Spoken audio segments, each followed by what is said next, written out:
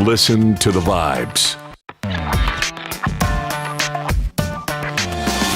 The views and opinions of our guests may not necessarily reflect those of the host or the Vibes Broadcast Network. Listener discretion is advised. Welcome, everyone, to another episode of Listen to the Vibes. And I'm very pleased to have Miss Danielle Orsino here with me. And we are going to talk about her incredible story of how she became a writer and talk about her book. And we might even dive a little bit into the paranormal. So, Danielle, tell us a little bit about yourself. Thank you so much for having me. I'm so excited to be here today. Thank you. First and foremost, thank you. I'm here today to talk a little bit about the Birth of the Fae series and see what trouble we can get into discussing all things Fae. So let's get it started. And for anybody out there who doesn't know, Fae is like fairies. So I'm being a paranormal investigator. I know a little bit about that stuff. I actually have some video footage I'd like to send you of what looks like a fairy that has followed me at least twice. So, oh boy. Captured on film. So that sounds like in my world, that would probably be a will-o-wisp. But everybody's got their own definition of Fae. My Fae in my book, I've taken the origin in a totally different direction. Oh, okay. So I took it away from, I don't want to say I've taken it away. I've just reinterpreted it from the usual Celtic mythology that we all kind of know and love, or the Tinkerbell mythology of, little insects with wings, or little mischievous insects with wings. Mine are angels who just were locked out of heaven. Some of them were involved with the war between their creator and Lucifer. Others were sent here to Earth to get it ready for their creator's next experiment, which was humans, and found themselves just unable to return home. And that's kind of where the story picks up. And they have to figure out, now what do? We don't have a job anymore, which I'm sure at one point or another we can all relate to, when our identities are so wrapped up in our jobs. Now what happens? So we have the virtue angels who were sent here to get the planet ready. And they're, your nature angels. They guard the elements, the flora, the fauna, that kind of thing. And then we have the power brigade angels, who are the foot soldiers of the archangels. Because in my world, I would think the archangels wouldn't do the fighting. They would send somebody out to do it. Let's not get our hands too dirty kind of thing. And they are, some of them are injured, and some of them are told here, wait here. I'll be right back. I'm going to check the gates of hell. And so the power brigade sit here and wait. And then they realize, well, no, nobody's coming back for us. And the two groups are just left here, and both blame the other group. And then they have to make it on their own. And that's the gist of book one, Locked Out of Heaven. And then I have 4 books, and that kind of shows these angels who then decide to call themselves Fae. And Fae stands for the Fellowship Aegis of Earth, the Defenders of Earth. And they then break up into sects, the dark and the light Fae. And it kind of just goes from there and shows their evolution. Now, before we get any further into the book, I'd love for you to share the story of how you became a writer in the first place. That's why I wanted you on my positivity show, because I think it's a great story. Thank you. It's not your orthodox kind of, one day, I just always wanted to write. No, I was actually working as a nurse, an LPN, in a Lyme disease clinic. And in this clinic, we took Lyme disease we took it very seriously, but we also treated very aggressively. We had patients that dripped every single day on IV, 7 days a week. Did not matter if it was Christmas, New Year's Eve, you dripped, because Lyme disease is still a disease that in the medical community, how to treat it is up for debate. Some people just say 30 days of doxycycline orally and you're good. Some people just say 2 weeks. Nobody to this day really figures it out. And the doctor I worked for was very much about IV medication. So a lot of the patients have been sick for years, misdiagnosed. One patient I grew very close to, our paths were just mirroring each other. He started the same day I started. He was my first stick, everything. It was kind of funny. So what had happened was he'd been dripping for about a year and some change, and basically had moved his life up from Pennsylvania to New York just to get treated, because he had been sick for a long time. And after this, he had to get back to work. I'm sure we can all relate to, okay, enough. I have got to get back to my life. And so the deal he struck with the doctor was he would go home. He would come back on a Wednesday, drive 5 hours, drip for 2, turn around, go home, return on a Friday, drip Friday, Saturday, Sunday, Monday morning, go back home. I knew this wasn't really going to last, but okay, whatever. This went for about 3 weeks, a month. And then he was like, all right, I can't do this anymore. I worked with the doctor on Wednesdays and just seeing patients. I rearranged my schedule so I would be there when he came in, so I could kind of keep him company a little bit. And one day he just said, Danny, I can't do this anymore. Don't want to. I'm done. I'm out. We kind of had a back and forth about, you got to stay in the chair. You got to do this. And he's like, well, then do something to keep me in the chair. And he was like, I don't know, entertain me. So we just struck up a conversation. I said, tell me something interesting about yourself. We'd shared a lot of stories, and he said, I was recruited by the CIA out of college. And I'm like, whoa, okay. I was like, that's kind of cool. And he said, I didn't take the job. He explained why. And I'm like, oh, you should have. We could have found out what was going on in Roswell, all the conspiracy theories that you go down that hole. And he was like, no, in back and forth and, whatever. So I said to him, I was like, well, do you know where Lyme disease comes from? Once again, down the conspiracy rabbit hole. Plum Island, this, that. And out of my mouth to this day, I have no idea why I said it. I was not reading any books about the Fae. I was on my vampire kick. I said, no, the Fae. They're getting back at us for the way we treat the environment. Lyme disease is their punishment. And he looks at me and he's like, the Fae. He's like, what the heck's a Fae? And I'm like, fairies.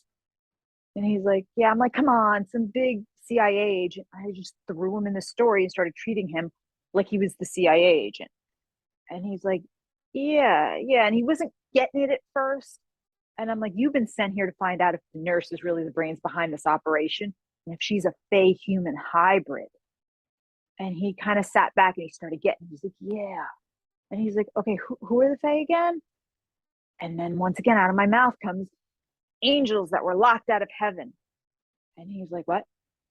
And he just sat back in his chair and listened. And every day I just told him another story about the Fae. And if something happened in the IV room, it just wove it into the tale.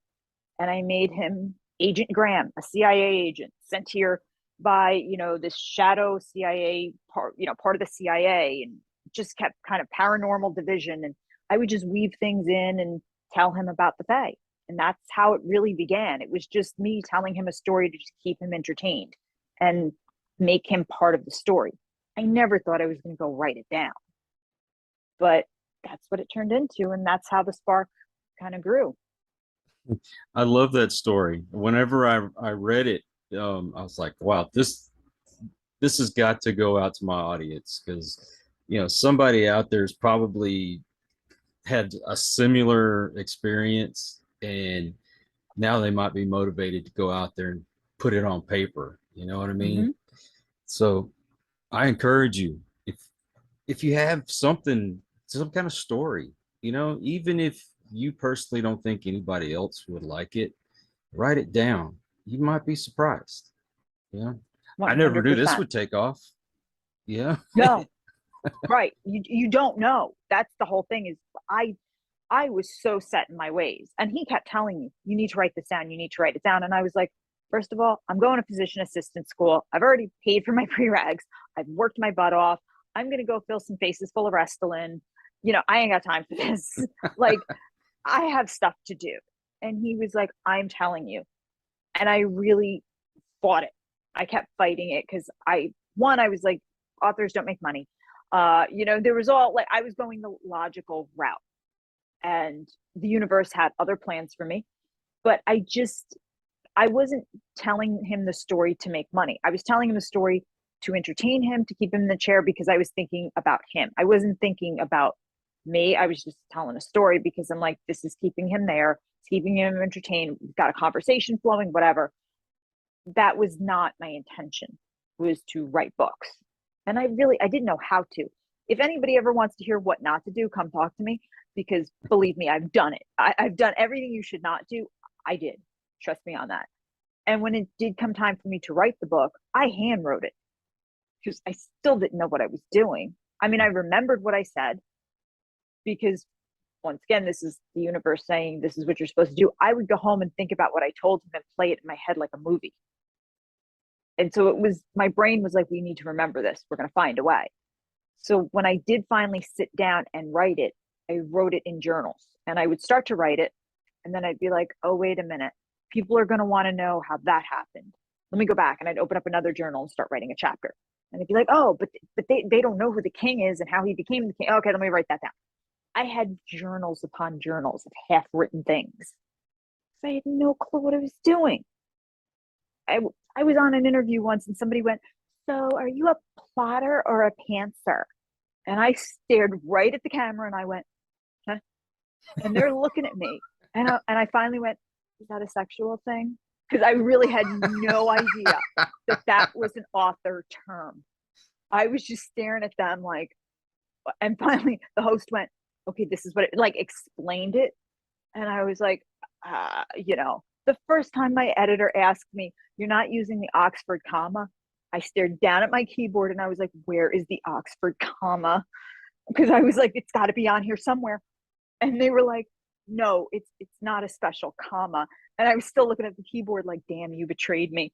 Somebody should have told me what the hell an Oxford comma is. Because I'm not a classically trained author. Mm-hmm. But that still shouldn't stop anybody for trying anything. You'll get the hang of it eventually. There's books, there's things. You'll figure it out. If you have a passion for something or an idea, just try it. Believe me, there's somebody else out there thinking the exact same thing, like, oh, I want to do this. If you take the leap, somebody will follow. Oh, and yeah. you'll probably meet a kindred spirit along the way that's thinking the same thing. I can't tell you how many authors have been like, yeah, I didn't know what the Oxford comma was either. Like, I did the same thing. I looked on my keyboard and was like, is it this? Is it that squiggly thing? No idea. I have no clue what that is. I guess it's how you use the comma. Or... Yeah, exactly. But for a long time, I was like, am I supposed to, like, is it something like I got to hit a shift or an alt to get it? I don't, when was the last time I was in English class? I don't know. So you figure things out as you go. And, sometimes not knowing isn't a bad thing because that's how you break rules and break new ground. Mm-hmm. So I think sometimes it's kind of cool to have a little naivete. Not a bad thing because you don't get put in a box. Right. And I'm totally not in a box. So I can honestly say, as I sit here with big, butterfly wings coming out of my head and velvet, I'm definitely not in a box. Gosh, the last time I took an English class was at community college, and that was nearly 30 years ago, and I don't remember any of it. But somebody told me I needed to start writing a book, and I thought, really, me? But why not? Maybe somebody will like it. You never know. I mean, I think everybody has a story in them in some capacity, whether it's creatively, whether it's a biography. You never know. And I always get asked, like, what's your best writing advice or what, and I'm like, just write. Because whether you're writing about trolls, mermaids, fae, cowboys, whatever, it's all about interpersonal dynamics. Every character loves, gets angry. You break it down to the basic emotions and interpersonal dynamics. It's all the same. It's just you add scales or, horns. Yeah, it's the same. It's just the setting. And then you can kind of build off of it. That's really what I did. Every character in my book is somebody I know. That's, and it's my personal experiences. The metal gnome Hoggle's my dad, and his assistant Marco's my Uncle Ronnie. I just watched them fight all the time in the auto body shop. That's where I got it from. I have a bunch of uncles. My Uncle Ronnie is the only one my dad could work with. They would fight like cats and dogs. Yeah. But they always got along. Now, you could not ask my other uncles to work with him because there would be wrenches flying back and forth. Something would happen. So it was, when it came time for me to invent Hoggle, my dad was it. My dad can take anything and he could take a piece of metal and he makes something extraordinary out of it. So there was the inspiration. Who would he work with? Well, Uncle Ronnie's the only one he won't kill when he works with him. There's Marco, so you just take it and you make something out of it. Lady Serena the Mermaid is my best friend from high school, Jen. And it's our talks on the beach, when you're 16 and you think you know everything in the world and your conversations are so deep. We've all been there. That's what it was. So when Aurora and Lady Serena are on the beach discussing what's going on in the Court of Light, that was me and Jen. Girl talk, sitting on the beach at Fawnstock, Lake Fawnstock, because, we didn't have a big sweeping ocean in front of us, discussing our lives. And, they're discussing palace politics and really earth-shattering things. Jen and I thought at 16 we were discussing earth-shattering things, as we all do. So it's just a matter of perspective and going from there. I think that's really it. People should write down the story of their lives. Just write it down, because I know even myself, it's like, oh, nobody's interested in my life, but I think of some of the things that I've gotten to do, and they're really inspiring things. Write it down, and if it happens to turn into a story like yours, where you can use other people as the characters, you might have a hit on your hands. It's the creative process. You never know.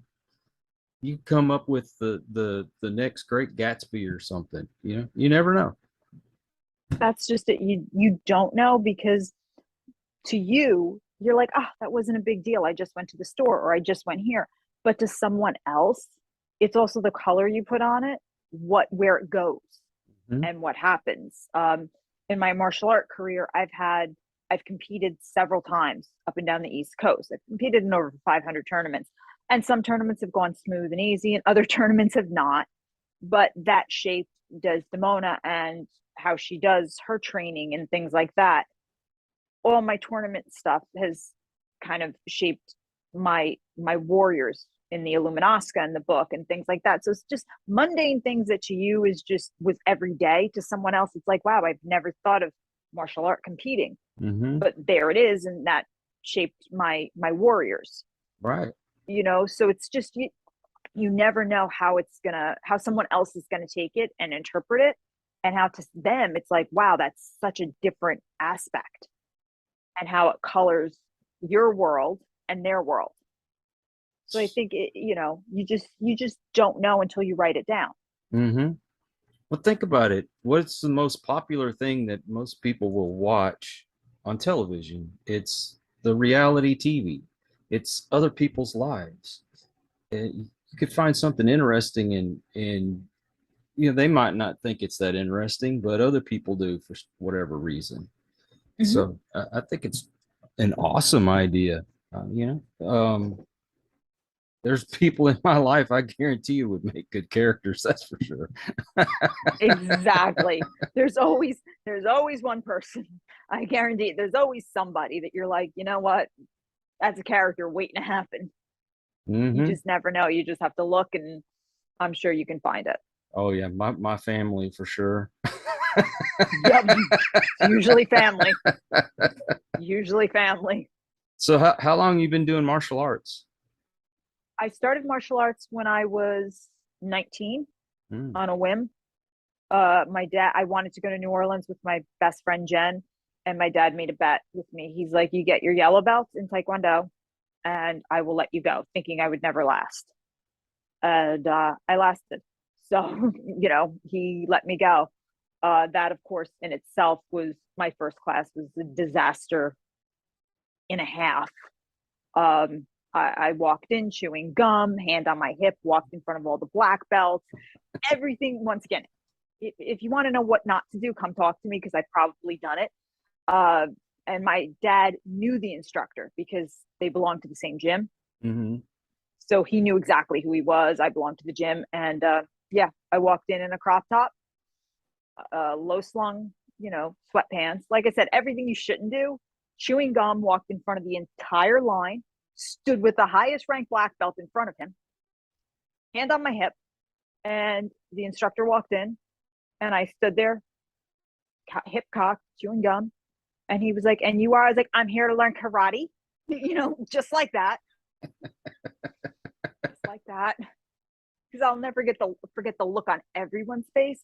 And he went, "The new students stand down there," and he pointed to, there were 3 kids, and they even outranked me. They were blue belts. They even outranked me. And I looked down and I went, "That's where the kids are. The adults are over here." And he just looked at me and kind of nodded up and down. And Jen was with me, and my friend Jen literally went, "I'm out of here," and just walked away. And I was like, "Where are you going?" Whatever. And he was like, "You're here to learn." He's like, "First of all, it's Taekwondo." And I'm like, "Yeah, whatever."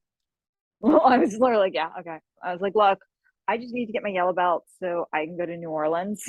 So whatever, I was or less. And he was looking, and he just looked me up and down, and he was like, "Come with me." And he took me to the back of the room, and it was like a multi-purpose aerobic room, hardwood floor. And he went, "Can you do a push-up?" And I went, "Yeah." And I don't do girly ones on my knees either. And he just smiled, and he went, "Oh, good." And I was like, "Okay." And he's like, "Show me." And I did 1 push-up, and he went, "Could you do that on your knuckles, you think?" And I was like, "Yeah." He did 1, and he went, "Great, hold it." And I was like, "Hold what?" And he's like, "Just hold the push-up in the up position. Just hold it." So I did. And I, like, a couple times I went down on my knees. I was like, what am I doing? And he's like, "I just want you to hold it." And I did. And he walked away. And I was like, "Where are you going?" And he's like, "Just hold it. I'll be right back." And he walked away and started class. And I remember holding the position and thinking, why am I doing, like, what's wrong with my brain right now that I'm still holding it? And a couple minutes go by, and I'm sweating, and my arms are starting to shake because I'm like, what's happening? And then a little more time goes by, and my back is starting to sag, and and then he'd look at me, and for some reason I'd snap back because now I'm a little scared of the man. He starts class, he's yelling, things are happening, and I'm like, whoa. And he comes back, and I'm sweating, and he's like, and he gets down face level with me, and he's like, "Are you done?" And I'm like, yeah, yeah. And he's like, "No." And I'm like, "Yes." Because I'm still trying to figure this whole situation out. He's like, "Yes, yes." And I'm like, "Sunset?" He's like, "No." And I'm like, "Sir?" He's like, "Sir?" I'm like, "Sir?" He's like, "Stand up." And I stand up. He's like, "Go wash the makeup off your face. Go buy a shirt that covers your stomach and get back in here if you actually want to learn." He's like, "Because one of us will leave here in a body bag." He's like, "And it's not going to be me." He's like, "Either you will be my greatest accomplishment or you're going to die." Oh, no. And it was like that simple, but it was the way he said it that I was like, yeah, I'm going to prove this man wrong. And I went and did everything he said, came back, and he was more shocked that I came back. Because when I showed back up, he was like, "Oh," like it was that moment of, "Oh, you're here." And he's like, "Okay." And I think I learned a front stretch kick. I learned a stretch kick, and I learned a down block. That was it. It was like my first class, but I wanted to do it so perfectly. And then he was like, "Okay, come back on Thursday." Like he was like, "Let's see if she shows back up." And I did. And I stood with the rest. And he was like, "By the way, my name is Mr. McLaughlin, and you will never call anybody John." His first name was John. He's like, "You never call them, by their first name." He's like, "Sensei is Japanese." He's like, "We're Korean," and I got the whole thing. And I was with him for 8 years after that. Wow. And I only paid, that was the first time I paid for the first month. After I showed dedication, he never charged me again. Wow. And I was with him. My first competition, he did not tell me I was competing. He literally kicked me out of the car. And he's like, "By the way, I signed you up for a competition. You're fighting today. Get out." And that was it. Like, he was very much into, he never told me anything. It was like baptism by fire was his way. And that's what he did. The first time I competed, he told me to show up at the school early one day because we were cleaning it. And I was like, okay. And I thought, all right, maybe he's asking me to work it off because I knew he wasn't charging all of a sudden. And I was a yellow, it must have been, I was doing those, I was a yellow 4-tip. And he said, get in the car. We got in the car. We were passing a bunch of cleaning places, places where we get cleaning supplies. And I'm like, okay. And then we just pulled up to a middle school. And there's all these martial art people. And literally he pulls up. He goes, by the way, I signed you up to compete today. Doing forms and fighting. Get out. And it was a tuck and roll. And I was like, he goes, I got your bag. Go. You're already registered. Get out. And I got out of the car and I walked up to the desk and walked in and I'm like, yeah, I gave them my name. They were like, oh, great. Okay. Beginner women forms fighting here. And they handed me a card and I'm like, where do I go? They're like, going to the gym. I walked in the gymnasium. There's people yelling and screaming. And I'm like, what? And then he comes in maybe 5 minutes later and he introduces me to the people part of our organization. And I met who became my Taekwondo brother, Mark Marzullo. He busts out laughing because I tell Mr. McLaughlin goes, this is Danielle. She's doing forms and fighting. I didn't tell her. She's learning now. And Mark takes one look at me and he sees I'm pale white. I mean, I'm like a ghost. And he just starts dying laughing. He goes, you didn't tell her? He goes, no. He's hysterical, like he's holding on to his friend and laughing. He goes, why wouldn't you tell her? He goes, I thought it'd be better this way. And they're just dying. And I'm like, could somebody tell me what's going on here? And he's like, yeah, you're doing forms. Go watch a ring and figure out how to introduce yourself. I'm like, introduce what do you mean? And he's like, you got to go up, like, ask permission. I'm like, ask, they could say no. And Mark's like, yeah, they could. And he's just hysterical. I'm like, what? So I go up and I'm watching people. And I'm like, okay, I go up, I introduce myself, hey. And I finally look at my instructor. I go, I don't think I could say I represent Gold's Gym. And my instructor goes, oh, yeah, by the way, the official name is the Academy of Korean Arts. And I'm like, we actually have a name for our school? He goes, yeah, it's not Gold's Gym, He's like, he goes, and I'm a Sabanim. Technically, I'm a 5th degree. And I'm learning all this. And I'm like, I've been with you almost a year and I don't know any of this information. I go up, I do my form, I win. I'm like, yeah, I won first place, yay. And he goes, great, you're fighting. And then they inform me I have to wear female protective gear. Okay. I'm thinking shin guards. Like, I have shin guards. And the guy looks down in between my legs and I'm looking at him. I'm like, I'm just staring. I'm like, I'm sorry, what? He goes, do you have gear? And I'm like, yeah. And then I'm like, oh. I was like, he goes, you can't fight without it. He's like, there's an equipment table. Go buy it. Okay. And he goes, because we're going to be checking with a bow. And so I watch him go up to a girl and hit her. And she just stands there and takes it. And I hear the thump. And I'm like, cool. Okay. I've never fought with anything down there. So we didn't even fight with headgear. This is the first time I'm wearing headgear. So I'm like, okay. So I go, I tell my instructor, he goes, okay, let's go. He said, it's a shield. That's all it is. He goes, you just stick it in your underwear, you're good. We get there and the woman looks me dead in the face. She goes, we're sold out. Oh, no. So I'm like, all right, I can't fight. She goes, so my instructor goes, what if we bought her a juvenile-sized boy's jock strap? And I just remember looking at him and going, say what? And I'm like, I'm sorry, what? He goes, yeah, it's the same thing. And I'm like, I don't think it's the same thing. The other thing is flat. I was like, I don't think what you wear is flat. Mm-hmm. So the woman looks, she goes, I mean, I have one. He goes, yeah, I'll take it. And I'm still looking at him like, don't I have a say in this? I'm sorry. Do I? And he goes, you want to fight, right? I'm like, well, no, I already won a trophy. I'm good. He's like, yeah, we'll take it. And she hands me, takes it out of the package. She goes, do you want to see the size? I don't know how to size myself for this thing. Takes it out. And I'm looking at him, and she's holding up the jock strap, and it's juvenile, boys. And I'm looking at him, and I'm like, okay, I do better with 2 peanut shells and a rubber band right now than this thing.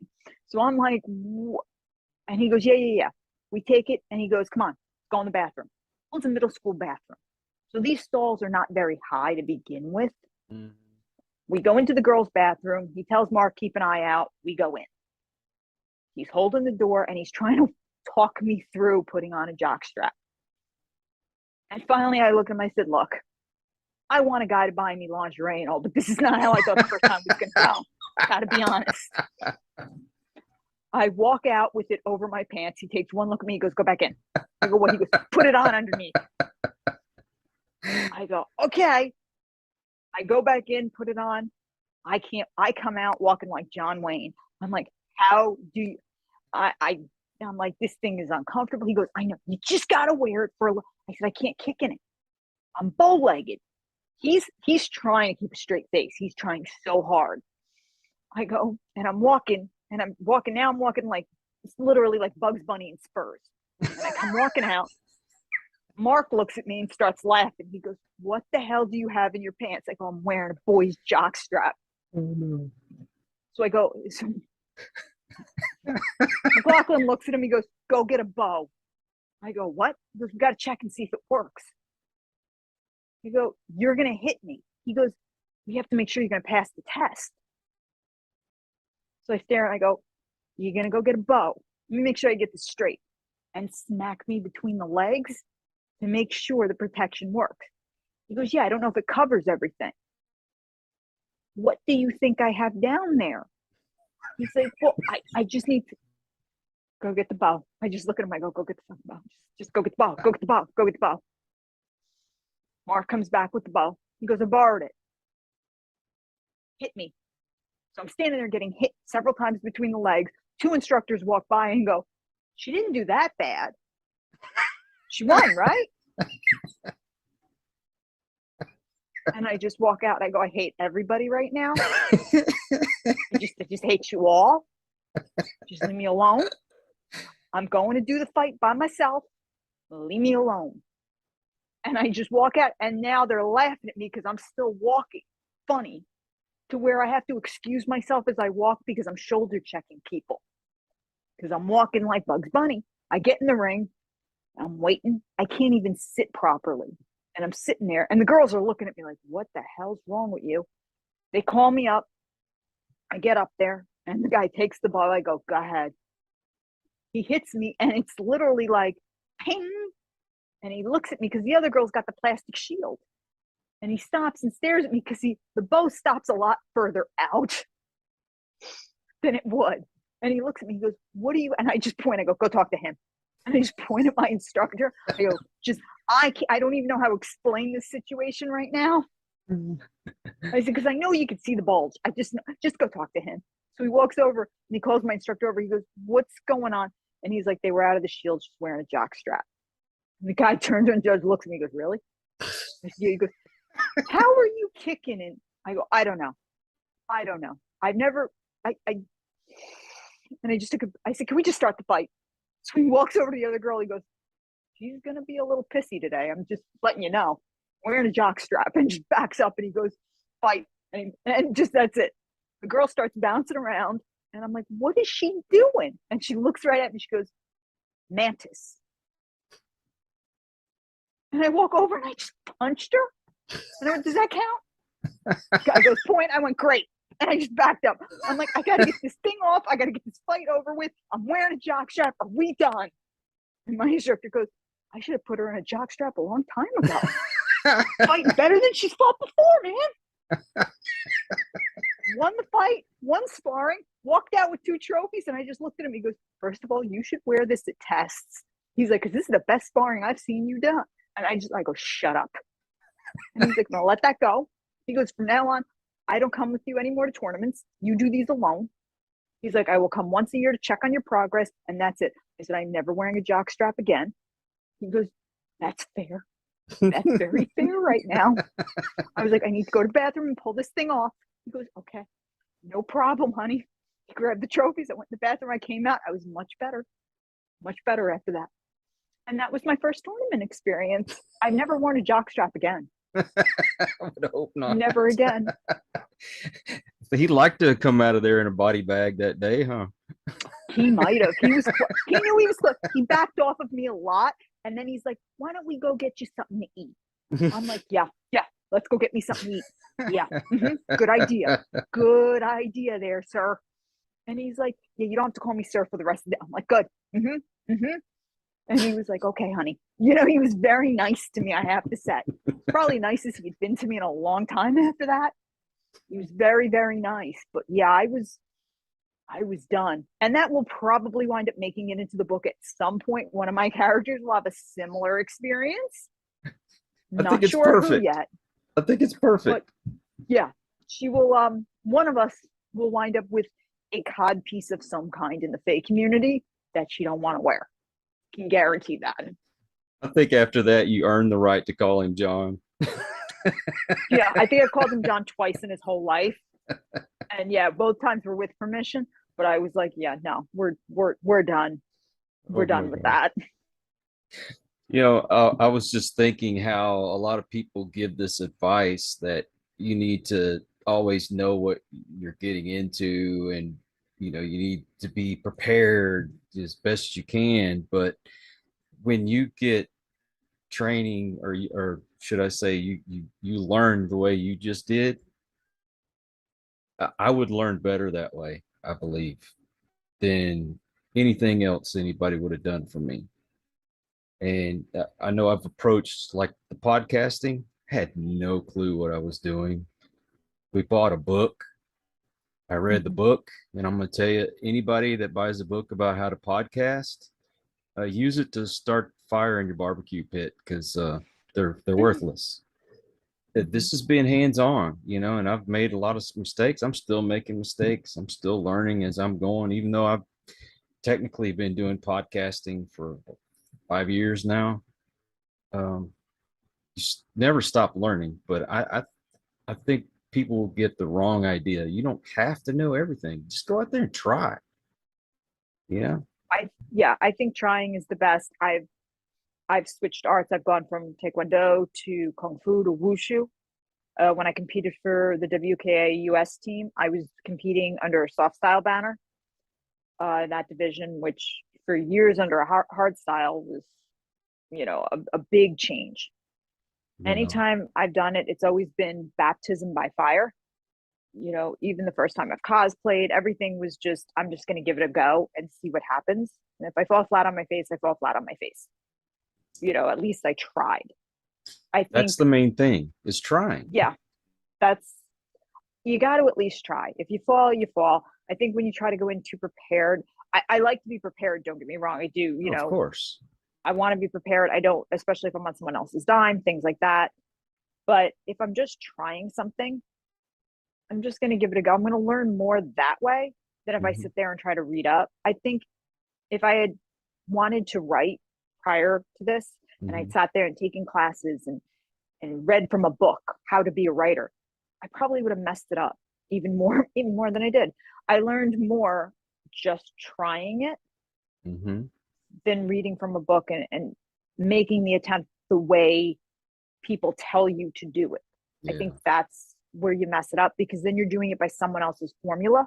And it's their version. And I even see it sometimes in, when you're dealing with critiques, people are like, oh, the book should read this way, or I don't like the covers because I don't like, people want to see illustrated covers, or they prefer typography cover. I like lettering on covers. I don't like to see the characters on the covers. I'm like, okay, that's your opinion.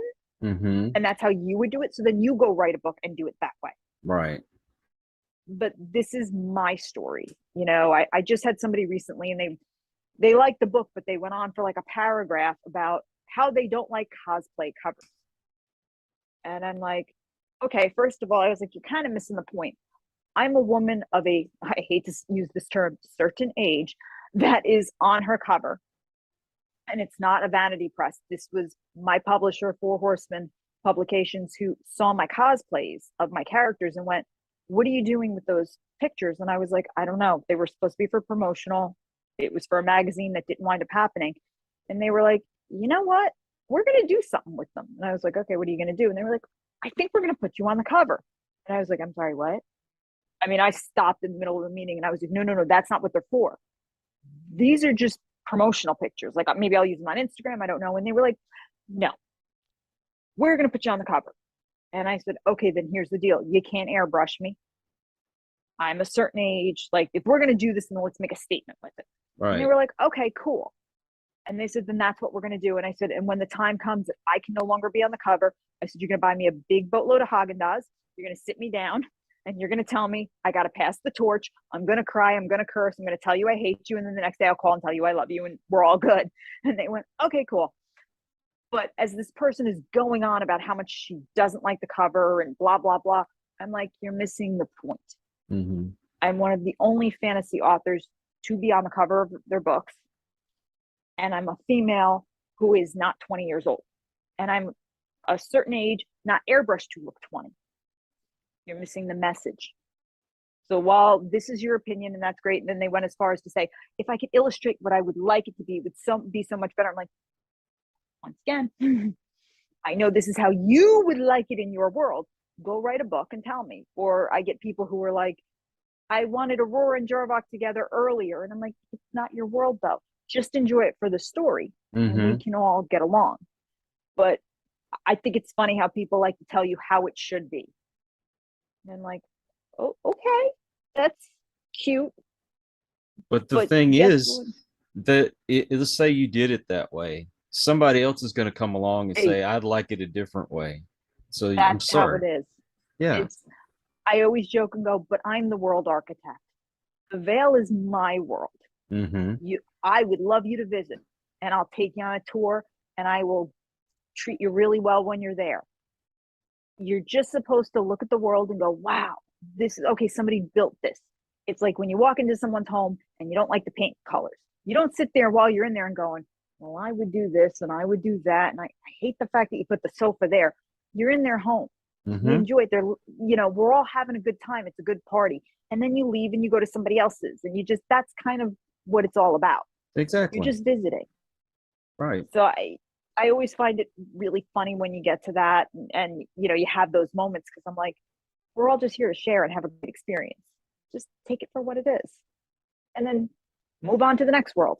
Right. Well, when I'm reading a book, I kind of imagine what the author was thinking at the moment that I'm reading certain passages, and I would try to visualize what it would actually look like, and that's how you enjoy a book. That's what it's there for, to provoke your imagination and create those images in your head.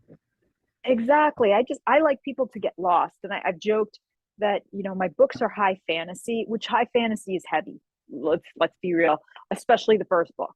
Anytime you're reading the first book of a series, they're setting up the world building. Mm-hmm. Nobody can sit there and say, like, if you read Lord of the Rings, any of Tolkien's books, it's world building, especially the first ones. It's always a little heavier mm-hmm. because you got to set it up. So when people are like, oh, there's world building, I'm like, yeah, it's high fantasy.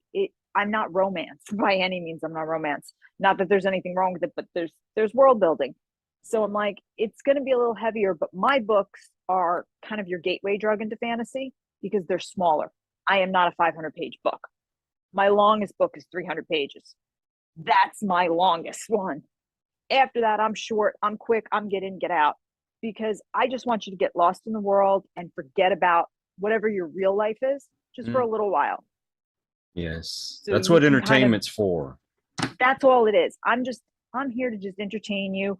So if I spend time talking about whatever the Foralina forest looks like in my world, or, when you walk into the Great Hall, all the lanterns and stuff, I want you to get lost in the details for a second so you can really have that theater of the mind moment mm-hmm.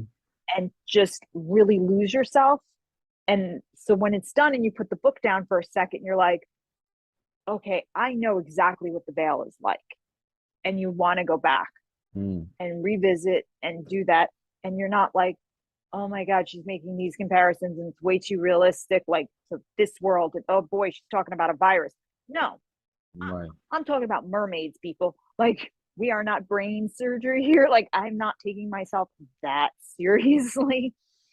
Uh-huh. It's not that heavy. I have mermaids, I have talking deer. You know what I mean? Like, yes, I have some philosophical things in there. There are religious undertones. There's things like that maybe you could sit down with a book club and talk and have a really nice debate, but you're not going to be reminded of what's going on in real life too much. Maybe you could make assumptions or you can make some correlations if you'd like, but you're also going to be sitting there going, her dragons are really pretty. That's where you might get lost for a second. Like, wow, they have feathers on their head and they're really cool. Like, that's kind of what I want you to get lost in for 2 seconds is, I think her dragons could really exist. And wow, did you read that one paragraph about the ice breathers? Like, she went down into the physiology. That's kind of cool. I had somebody say to me, I hate to say religious nut, but that's what they wound up being, saying how sci-fi and fantasy is always based in reality. And her books are so convoluted because they're not. And then they went on about how religions should be appalled by me and all this other stuff. Oh. And it was like a call to arms. It's imagination, people. And I laughed because I said, well, if we want to get technical here, because, I was kind of laughing about it. My book is more based in reality than one would think. But I said, if all sci-fi fantasy books are based in some reality and mine is just so not, according to this person, I'm like, please let me know where the Wizarding World of Hogwarts is. What school was that based in? Because if I would love to end up there. Please tell me. I'm like, let me know what galaxy far, far away Star Wars is at. Because once again, want to go visit it real badly.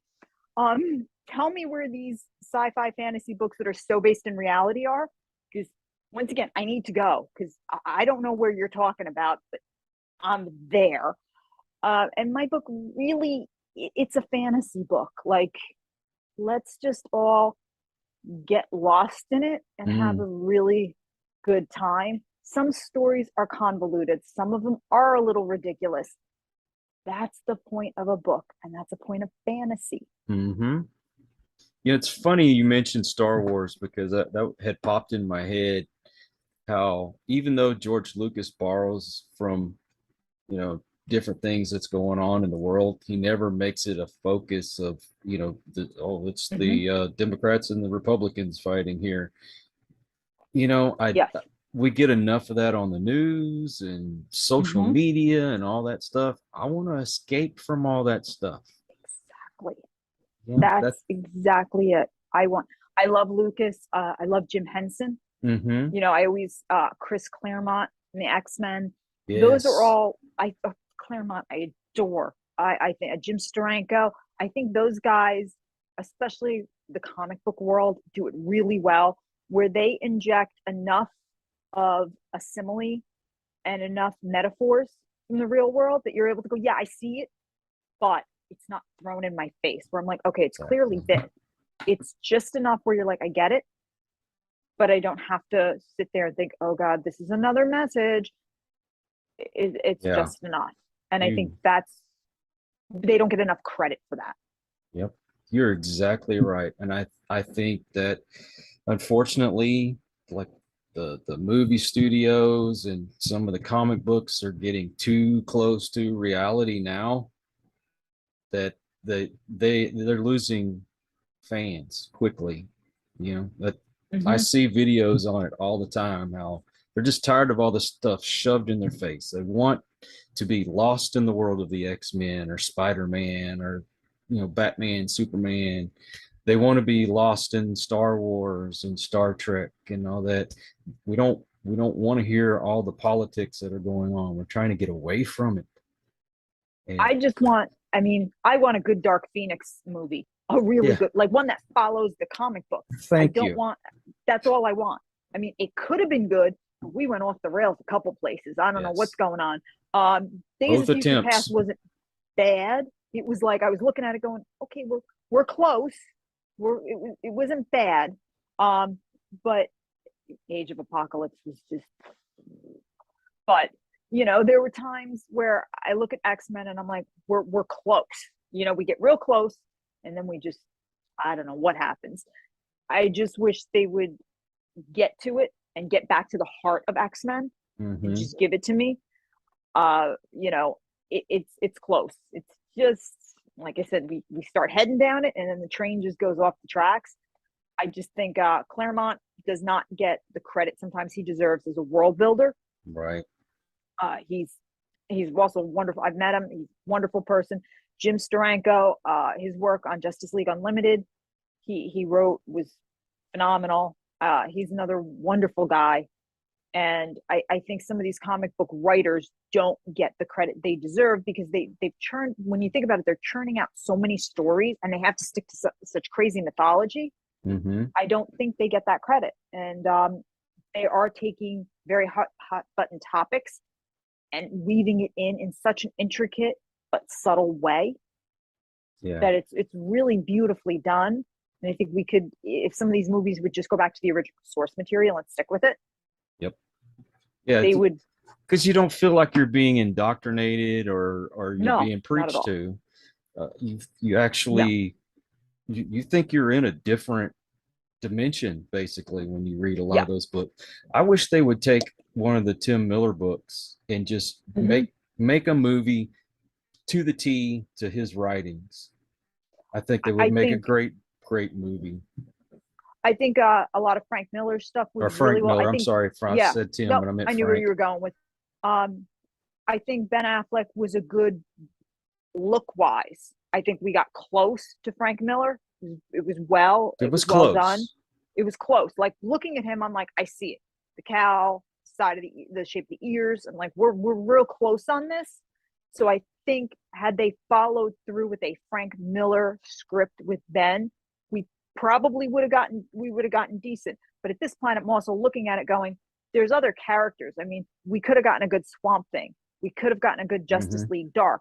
We didn't go, how many times can we retell Batman?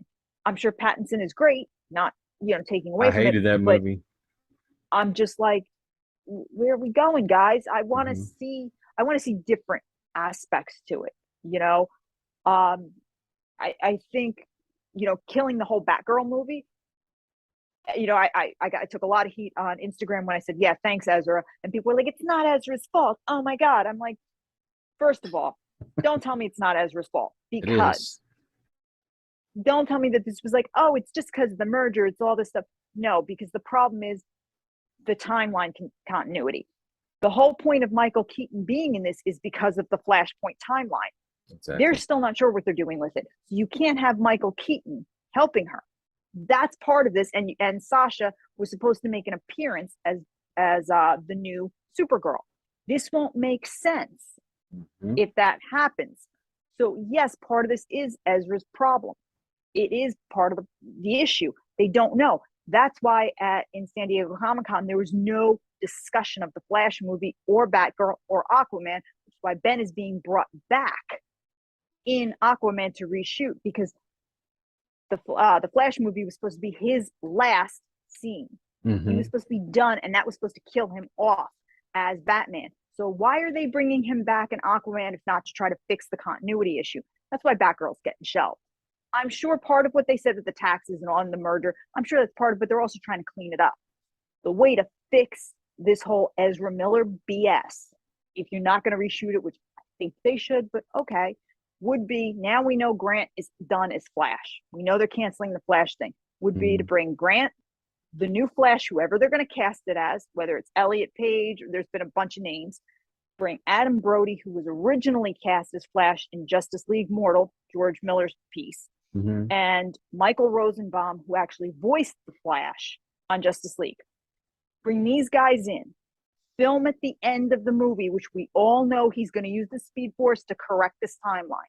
Bring all these guys in, put them in different versions of Flash's costume, have them all running together in the Speed Force, giving Ezra the Flash power, the Speed Force, combining it.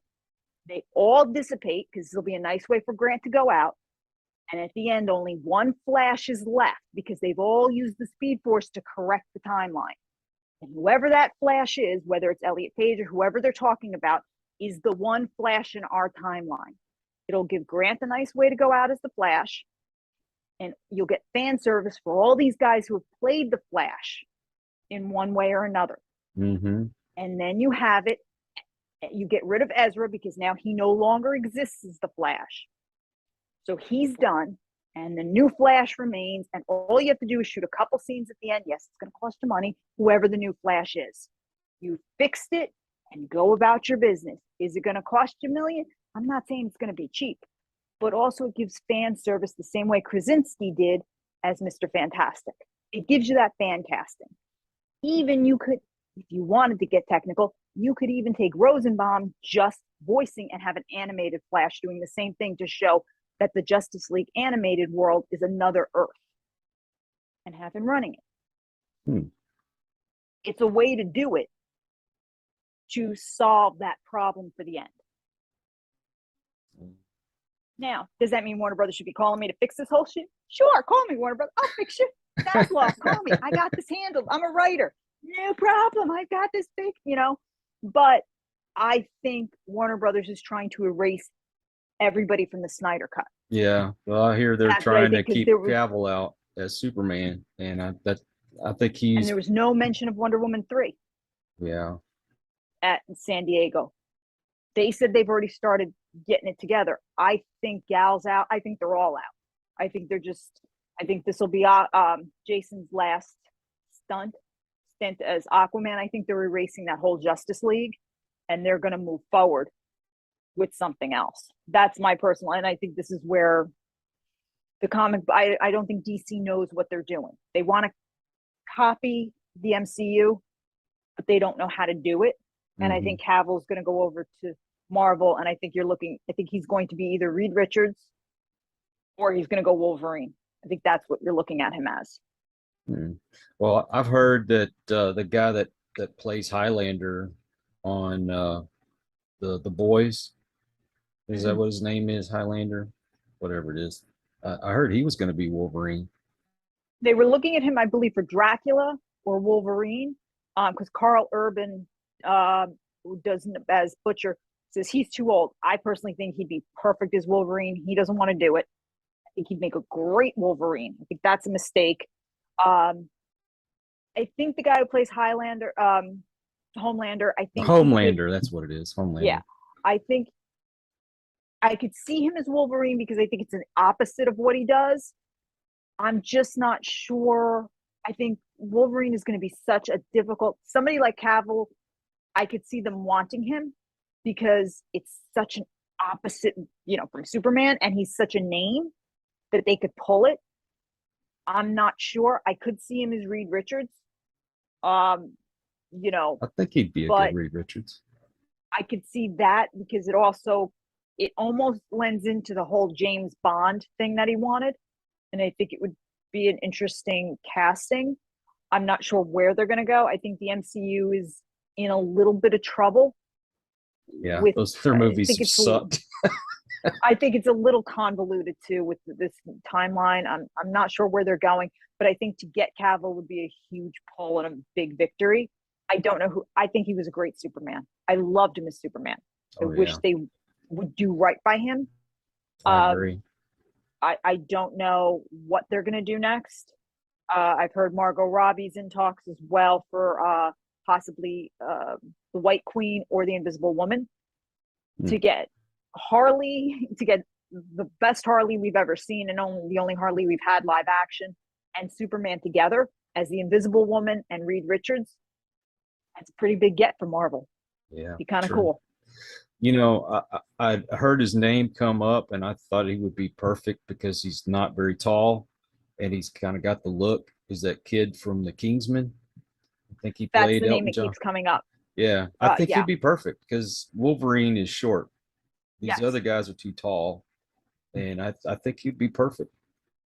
I like him as a Wolverine. And everybody laughs, but when I did see Daniel Radcliffe, when Boss Logic did the Daniel Radcliffe sketch, the art as Wolverine, I have to say I did stop and go, okay, wait a minute.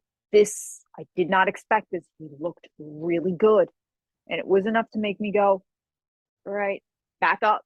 He's got a little stockier too, hasn't he? Yeah, and I was like, okay, I need to compute this a little bit. This is a new idea.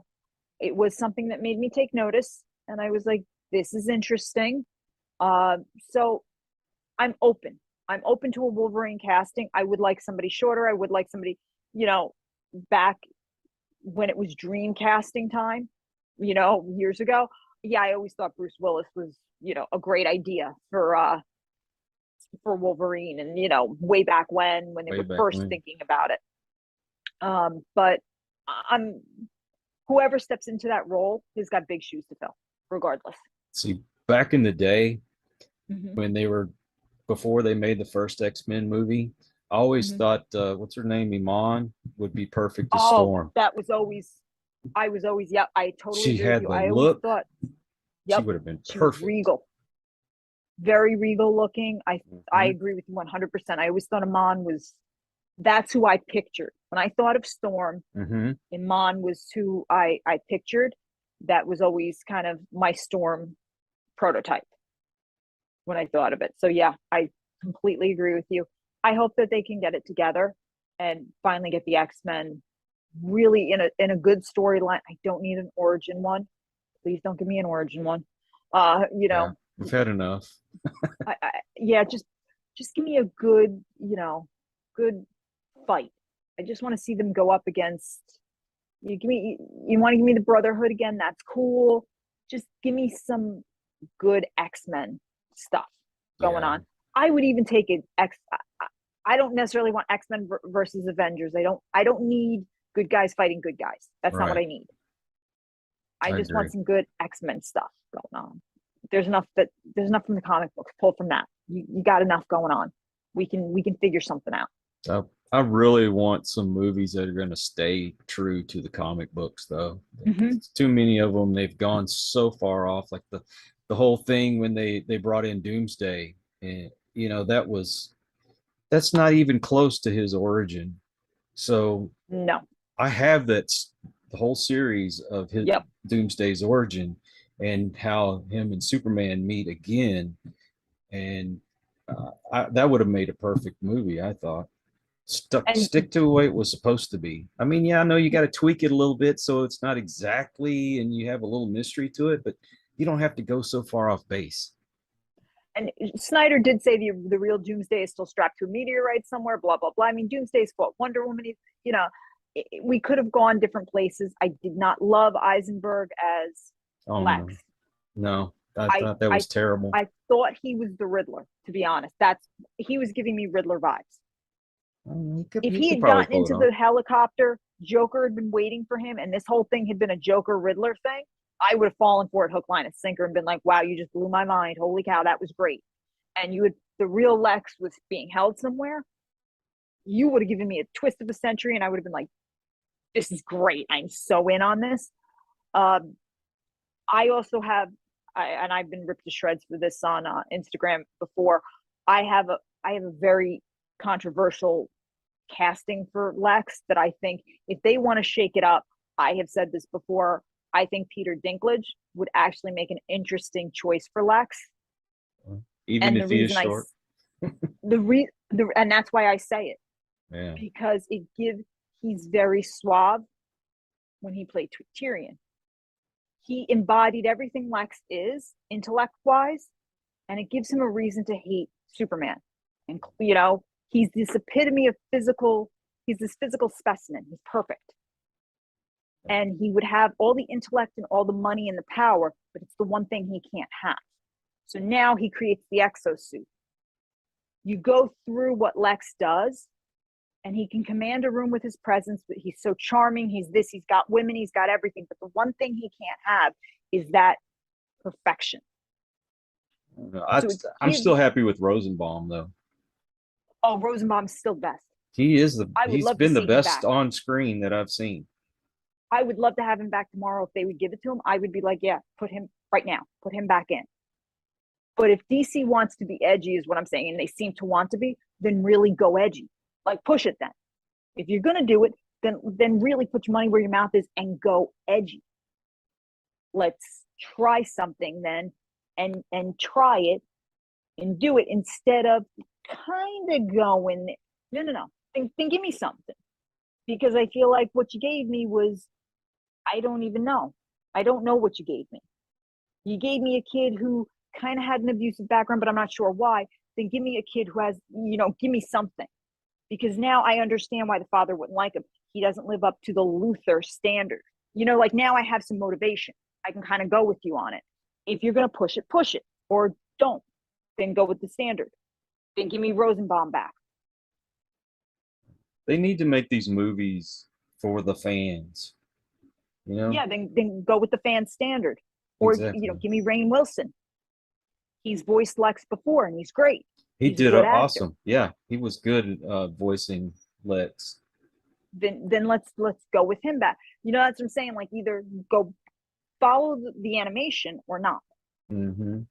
So I think there's different ways to do it, but DC hasn't quite figured it out. Wonder Woman 2, I couldn't get behind. I tried. I wanted to. The only first good one part was cool. to me was first one was great. The second one, I was in the first 10 minutes during the tournament scene. I was like, oh, this is great. I'm in. The ending was, the only good part was Linda Carter. I was thrilled to see Linda back. I'm like, awesome. And even the scene was a little cheesy, but it was 80s cheesy. So I was like, cool. It goes with it. It was kind of like an A-Team cameo. So I was like, yeah, this is kind of great. That was it. I hated the Invisible Jet. I was like, really? This is, what? Yeah, I agree. And you're telling me Bruce never noticed her? Bruce would have been about 9 years old when all this went down. Mm-hmm. Going by his age and Justice, just yeah. He never noticed a dream stone and a guy broadcasting this. He doesn't remember what what the heck? And she been around this long? She didn't help Clark on the invasion? No, come on, you got to connect it, guys. It just couldn't get behind it. I tried. I know. I've gone and I've seen a lot of these movies, and most of them I walk out of and I'm so disappointed. I've waited so long to see a good movie, and except for like the Christopher Nolan Batman, I enjoyed all of them. I would have changed a few things, but I thought I liked most of them. Heath Ledger was amazing. Oh my God. When I first heard he was going to be the Joker, I was questioning that. And then I saw his performance. I'm like, oh my God, nobody can ever play that part again. I was in on him 100%. I was, to me, Anne Hathaway is a better Lois Lane. That would have been my choice for Lois Lane. That would have been a good choice. Don't get me wrong. I like what's her name? Amy Adams. Amy Adams, but she's just not Lois. And I agree with you. I think Anne Hathaway, she had the look, and I think she's probably got a better attitude about it. I think she could pull it off today. I think if they, I didn't see chemistry with Amy and Cavill. I was missing it. I'm like, I don't buy these two together. It's just not something. I think Anne Hathaway, to me, would make a great Lois. She looks to me like Lois. I could see the chemistry more. I'm in on her being a Lois. That's my opinion. And I wanted Jimmy Olsen, like from the comic books. I wanted Jimmy. I have to admit, I wanted Jimmy. I do want Jimmy. I wanted, when he showed up as a CIA agent, I was like, this is Jimmy. Yeah, that was ridiculous. I'm sorry. That ruined it for me. I like Zach. Even I was looking at Zach like, this is what we're doing with Jimmy. Mm-hmm. Can we just have this? This I want just the the name the geeky guy kid. used? I want the geeky kid. I want the geeky kid following them around looking for the scoop. Mm-hmm. That's what I wanted. I wanted Jimmy Olsen. I didn't want this. I got this guy, and I'm like, what is timeout? What's happening here? I was a little like, I did like the Snyder cut better. I did see the 5 hours. I sat through it. I did too. I did twice. like it much better. It still had its problems, but I did like it. Still had its problem, but much better. Much better. Would I have done some things differently in that? Yes. But still overall, much, much better. Music was better. The whole thing was better. Definitely. I was missing Green Lantern though. I was missing a lantern. We need a good Green Lantern movie. You desperately need a lantern. I'm looking for HBO Max, and I'm wondering how that survived the merger, because I would like to see the lanterns. It didn't make sense that they weren't there. That was the big thing. It just, I'm looking at it going, this big apocalyptic thing is happening, and the lanterns, which were in the flashback, weren't in this disconnect. And I want a little bit more serious Green Lantern too. I mean, he can have a little bit of sense of humor, but he's got to be a little more serious, like the earlier comic books. I need something more. I would like to see Jon Stewart. I don't mind Guy Gardner.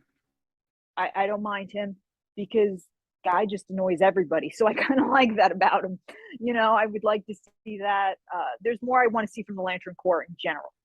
I think Idris Elba would be good as Jon Stewart. I could see Idris. I could definitely see that. I also think the guy from Tenet, Washington's son, Denzel Washington's son. Oh yeah, his name. I think he would actually be good. Yeah. I think he could be a really good Jon Stewart. When I saw Common from, he was originally cast as Jon Stewart, and I have to say he looked pretty good in costume when they had it from George Miller's Justice League Mortal. Thought he looked good. So there's a lot of possibilities there. I'd like to see what DC is going to do. I'm not, they lose me. They put out one thing where you're like, yeah, we're there. And then I'm like, what the heck is this crap? Yeah. It kills me, because some of the movies you'll get maybe a good 60% of it is like good, but then that 40 that's bad is bad. Anybody who's a New York Giants fan will get this. I kind of liken it to being a Giants fan. It's, flashes of greatness followed by stretches of mediocrity. That's really what it is with the DCEU. That's really what it is. You get a flash and you're like, yeah, wow. And then you're like, what do you do? And that's really what it is like being a Giants fan. It's the exact same thing. You get a flash and then it's gone. And what you're left with is like, oh, it's this. That's really what it is. Yeah, I can sympathize being a Cowboys fan. No, you see, you guys have been doing halfway decent. We're sitting here on the bottom of the NFC East. We got Daniel Jones to contend with. That's a whole nother podcast right there. Exactly. And they're talking about Garoppolo. So let's just take that down a notch right now. You at least have a quarterback. This is true. All right. I'll say that. We ain't got no room in the salary cap, and we're still going, well, there is Garoppolo sitting over there. The 49ers coming off shoulder surgery. He's looking real good for us. So, it is the Giants right now. So, you at least are looking at our lineup going, well, there's 2 wins for us, and checking it off. I don't know. I'll be honest with you. Wide receiver. I haven't watched football in 3 years. I just kind of gave up. I moved down to Charlotte, so I can't even get my games. Unless they play the Panthers, which I think they're playing week 2 or week 3. I get to watch one game, and it looks like you might be picking up. They're talking about Odell going to the Cowboys. Oh no, I definitely won't watch it then. Odell's gotten better. Come on. I hate his attitude. His attitude's gotten better. Since he's been on the Rams, his attitude's gotten a lot better. Well, I guess we'll see. Well, he came from the Browns, and you know what I mean? Your attitude's got to get better. Yeah, I hear that. His attitude is definitely improved. I think part of that was, I believe the issues is that a lot of times the NFL, they don't prep you when you go to a high view media place when you're a rookie. They don't. There's nothing there to be like, okay, this is how we're going to handle it. They just throw you there and go, swim. And that's it. And then when you act up, they're like, well, we told you. It's like, what did you tell them? You didn't help any of these guys. I think that's part of the problem, is nobody's there to kind of lead you in and do anything. And then they're out there on their own. But we'll see what happens. And I can see you and I being buddies, because we talk about the same stuff. I bleed blue. That's why my fae bleed blue in the book. That's the joke, because I'm a Giants fan. So when I had to make them bleed, I was like, oh, they're gonna bleed blue, just for the Giants. Funny. Well, unfortunately, we have come to the end of the show. So once again, the name of your series, and I'm assuming you have a website. Name of the series is Birth of the Fae. First book is Locked Out of Heaven. Second is Thine Eyes of Mercy. Third book is From the Ashes. Then I have a novella in between called Fire, Ice, Acid, and Heart. And then the fourth book is Kingdom Come. You can check me out on birthofthefae.com or fourhorsemenpublications.com. And then another cool place to find me is called Bookie Call, which is this app that finds your next great date book. Oh, so wow. If you're looking for a book date, you can go check it out. It's on iOS or Android, and you can choose to swipe right or left, and it'll hook you up with your next great book, which of course I'm going to tell you should be Locked Out of Heaven. But just in case you're looking for something else, just in case, you can find fiction, nonfiction, all of that, but it's called Bookie Call, just like Booty Call. And what about social media? Check me out on Instagram at birthofthefae_novel. And then you can find all things Fae. Okay. Well, I will put those links in the description to make it easier for folks to find you. And thank you so much. Thank you for coming on and spending so much time with me today. I really appreciate it. Thank you for having me. I hope I didn't talk your ear off too much. No, I was enjoying it. If I didn't have another interview, I would say let's just keep going. But we can discuss football next time then, and we can have that Cowboy Giants debate.